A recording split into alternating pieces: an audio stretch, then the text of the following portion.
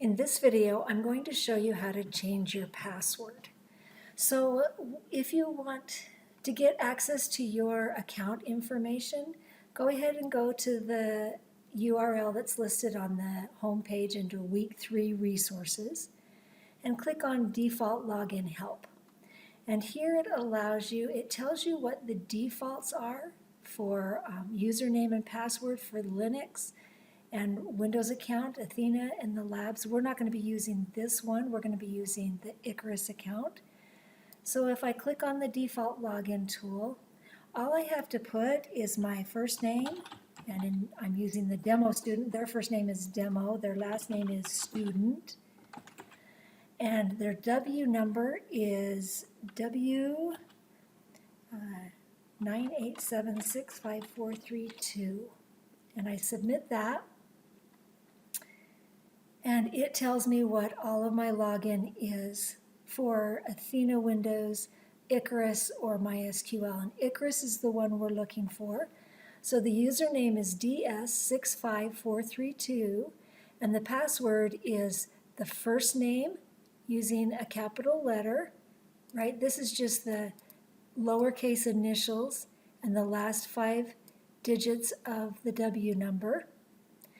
And then the password is the first name with the first letter capitalized, followed by CS exclamation point. Now, the problem with this is that anybody can figure out what your password is. So, and if they know your W number, they can figure out your username as well. So one of the things you want to do is after you get this set up is you want to change this password. This works really good to get you started, but you want to change it. So to change it, we actually need to get on the Linux machine, and we can use SSH to do that.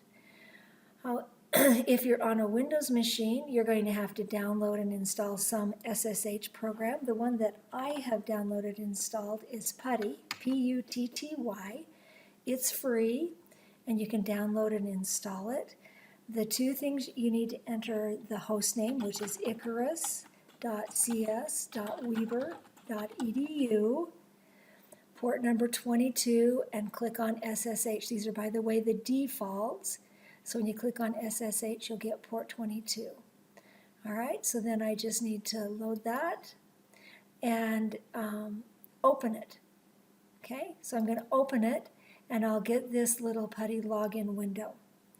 If you are a Mac user, you already have a built-in tool that will give you access, and that built-in tool is called the terminal. And in the terminal, I don't have a terminal to show you, but what I want to do is show you what it will look like. So in your terminal, open up a terminal window and then type in this command, SSH space, and then you want to put your username. You don't need a tilde here, it's just demo student 65432. That's my username. The @sign, and then the host name, icarus.cs.weber.edu, and then click enter, and it will open up and ask you to log in as well. All right, it might look a little bit different, but it'll be very similar to this. And so when you get to the login as, you type in your username, DS65432, and yours will be something a little bit different. And then you type in your password.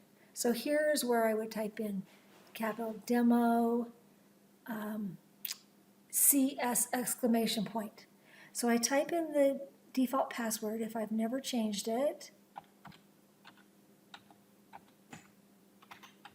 and push enter. Notice it doesn't show you what it is.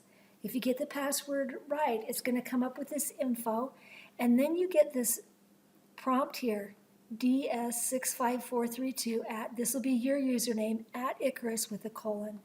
And now you're into Linux, actually the web server, your account on the Icarus web server.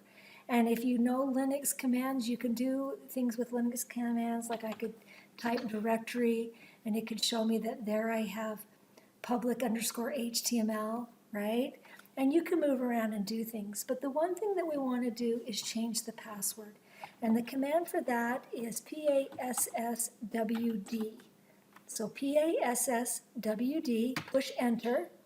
First, it's going to ask you for that current one, right? Your first name, CS exclamation point. So I'm going to put that in.